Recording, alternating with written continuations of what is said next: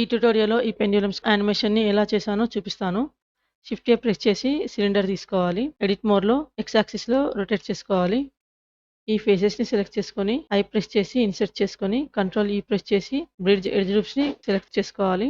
మళ్ళీ షిఫ్ట్ ఏ ప్రెస్ చేసి యూవీ స్పియర్‌ని తీసుకోవాలి. స్కేల్ అప్ చేసుకోవాలి. జీ యాక్సిస్‌లో కిందికి మూవ్ చేయాలి. ఈ ఫేసెస్‌ని సెలెక్ట్ చేసుకొని ఈ ప్రెస్ చేసి ఎక్స్ట్రూడ్ చేయాలి. తర్వాత డిలీట్ చేసేయాలి ఫేసెస్‌ని. రైట్ క్లిక్ చేసి షేడ్ ఆటో స్మూత్ చేసుకోవాలి. దీన్ని గ్రిడ్ పైకి మూవ్ చేస్తున్నాను. ఎడిట్ మోడ్‌లో ఈ ఫేసెస్‌ని సెలెక్ట్ చేసుకొని షిఫ్ట్ డి ప్రెస్ చేసి డూప్లికేట్ చేసుకోవాలి. తర్వాత వై యాక్సిస్‌లో స్కేల్ అప్ చేయాలి.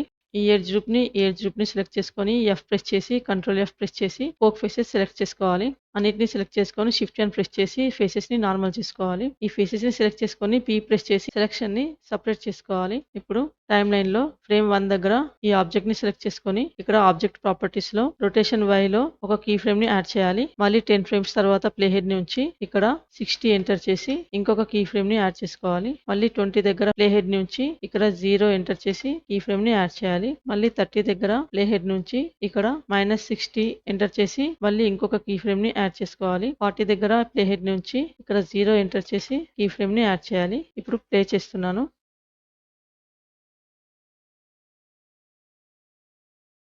తర్వాత గ్రాఫ్ ఎడిటర్‌లోకి వెళ్ళి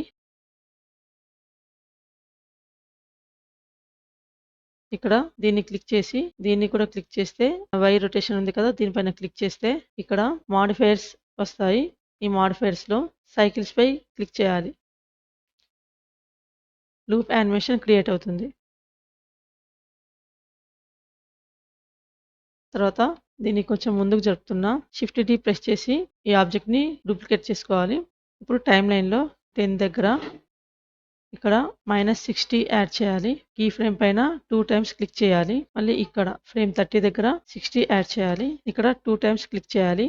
ప్లే చేస్తున్నా చూడండి.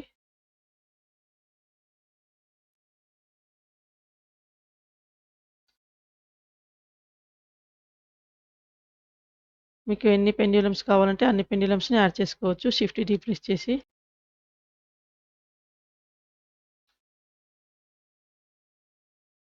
ఇలాంటి మరిన్ని ట్యుటోరియల్స్ కోసం లైక్ చేసి సపోర్ట్ చేయండి. ఇంకా సబ్స్క్రైబ్ చేయని వారు సబ్స్క్రైబ్ చేయండి. ఏమైనా డౌట్స్ ఉంటే కామెంట్‌లో అడగండి.